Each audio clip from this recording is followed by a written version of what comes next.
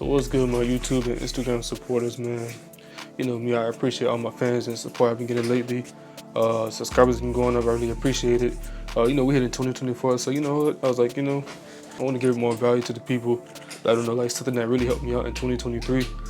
So you know, today we're going to be doing a video, 5 reasons why I think the 24-105 f4L lens is a very good versatile lens for beginner photographers and professional photographers also, because they released that 2.8 version. So let's get right into it, man. I don't want to waste y'all time. We'll get right into it.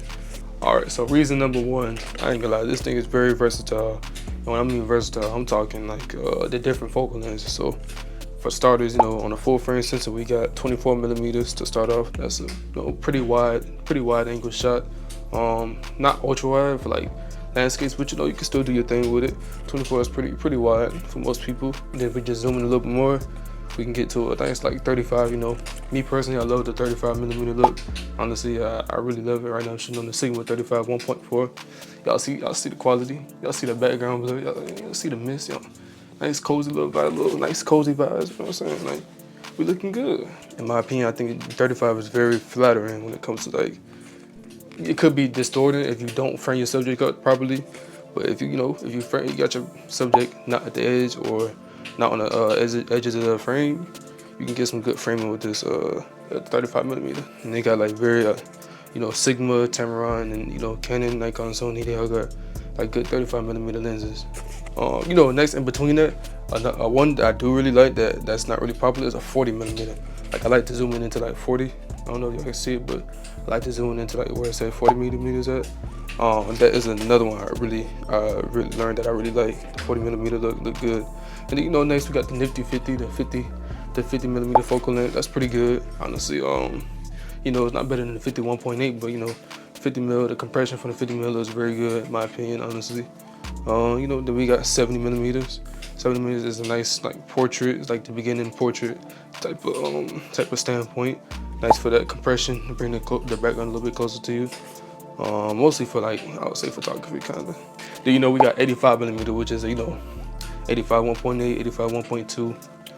Photo shoot with that coming very soon. But 85, you can't go wrong with that. Honestly, on the 24-105, I don't really like 85. I find myself shooting at 70. I ain't gonna lie, I find myself shooting at 70 a lot. 70 is very good in my opinion. And then we got 105. The only time I really use the 105, I'm trying to get like a nice close-up macro shot. But yeah, other than that, 24, 35, and I say 70 is probably like my best focal length for this the lens. And yeah, a lot of photographers say it's good to start off a prime, so you can really like learn how to like move around in your environment and get the shots that you need instead of like zooming in, zooming out the lazy way. But I say for a beginner, man, you can't go wrong with this. All right, so reason number 2, the weight. Honestly, I feel like it's a very good weight. This comes in at 635 grams, if I'm not mistaken. Very, it's not too light and it's not too heavy type of lens. Very good versatile lens. Very good. Like as far as balancing on the gimbal, you know what I'm saying. You don't really have too much issues when it comes to balancing. Only time I say you get issues is say if you balance it, you have it zoomed all the way out at 24, and then you try to like use the gimbal and then zoom it all into like 105. Then of course you got problems because that's a total different distribution of like weight. So the gimbal might act up. I got the Weebill S, and I am able to balance this on the Weebill S. So that's a very good thing in my opinion too, because as a filmmaker and photographer, I do use a gimbal for some certain things, and I definitely want a lens that can like balance on my gimbal. So that's another plus, man. Next, let's talk about the pricing. So the website I usually go to for like used gear, because I don't really buy most of my stuff brand new. I just get it like used, good condition or like new condition. Let's see. So the cost on the MPB, I go to it's a website called MPB. I'll put that in I'll put that on my screen. So right now the price for like a RF 24-105 is $884 right now, MPB, in good condition or like new condition, I think. Brand new, they're going for like $1,200. You go somewhere like Best Buy, people that sell these, yeah, they're going for like $1,200, but definitely recommend getting the used. But yeah, very affordable lens. It won't break the bank, like a 2.8 will. We're gonna get into that in this next one. So this next reason is they do have 5 different versions. Really, there's really a lot more, but we're gonna stick with 5. So the ones I know of are like the EF 24-105, the kit lens version, the old version that was like what, f4.5 to 7.1. and then they came out with the EF. Correct me if I'm wrong. They came out with the EF 24-105 f4L version for the EF mount, then the RF 24-105 f4L for the RF mount, and then the RF 24 f4L 4.5. My bad. So 4.5 to 7.1 kit lens. So basically made 2 kit lenses for the EF mount, or one kit lens for the EF mount and 1 kit lens for the RF mount. And then after that, they came out, with the L versions and stuff like that. And then you also got Sigma and Tamron. I think Tamron has a 24 to 70 2.8. And then not to mention there is another version Canon just came out with.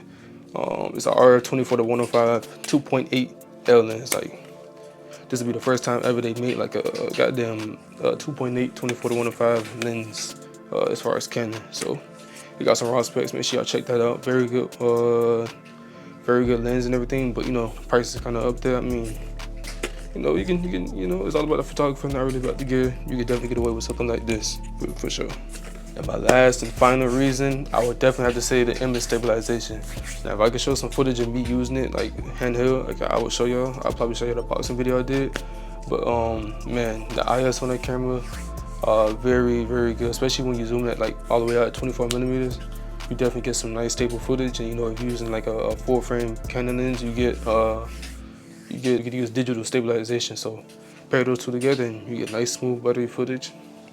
Can't complain, man. Honestly, it's a very good, like, overall, like, versatile rounded lens. Now, mind you, I do got pretty good access to certain lenses. I use the 35mm 1.8. Right now, I'm on the Sigma 35 1.4. I use the 85 f2, 85 1.2, 50mm 1.8. What else? 16mm 2.8. Now, this is all like Canon lenses. And honestly, if only they had like a 2.8 version, like this size factor, that'd be my like go-to. Now, mind you, they do have a 24-70, but it's a little pricey. You can't get one like from MPB that's like without the IS. That one pretty good too, but then you lose the IS. So if you got the money to definitely spend, I'd definitely recommend something like the 24-70 if you want to get a faster lens that lets some more light in, especially if you do like more nighttime photography, things like that. But at that point, I would definitely recommend like a Sigma.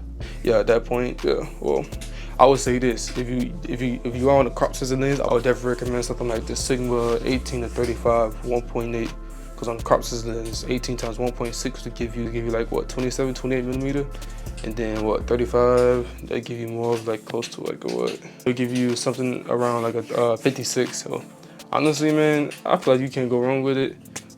That's another good lens, 18-35 on the crop sensor lens. I think it's only for crop sensor, but it's very good. But yeah, man, that's about it. Any new creators, welcome to the team. Y'all got any type of questions or anything I really want to learn, let me know. I'm gonna just start coming out with content. But yeah, I definitely appreciate y'all for tapping into this video. If you got any other questions, any other recommendations y'all want me to cover, anything like that, let me know, man. Hey, I can do lens reviews and all. My next video might be me really just doing 85mm 1.2 real life test with like a real photo shoot. So yeah, man, creative vision, my name Trey. First time seeing me, meeting me, shout out to you. I appreciate you tuning in. Yeah, I'm out of here. We're going up from here, man. Appreciate y'all.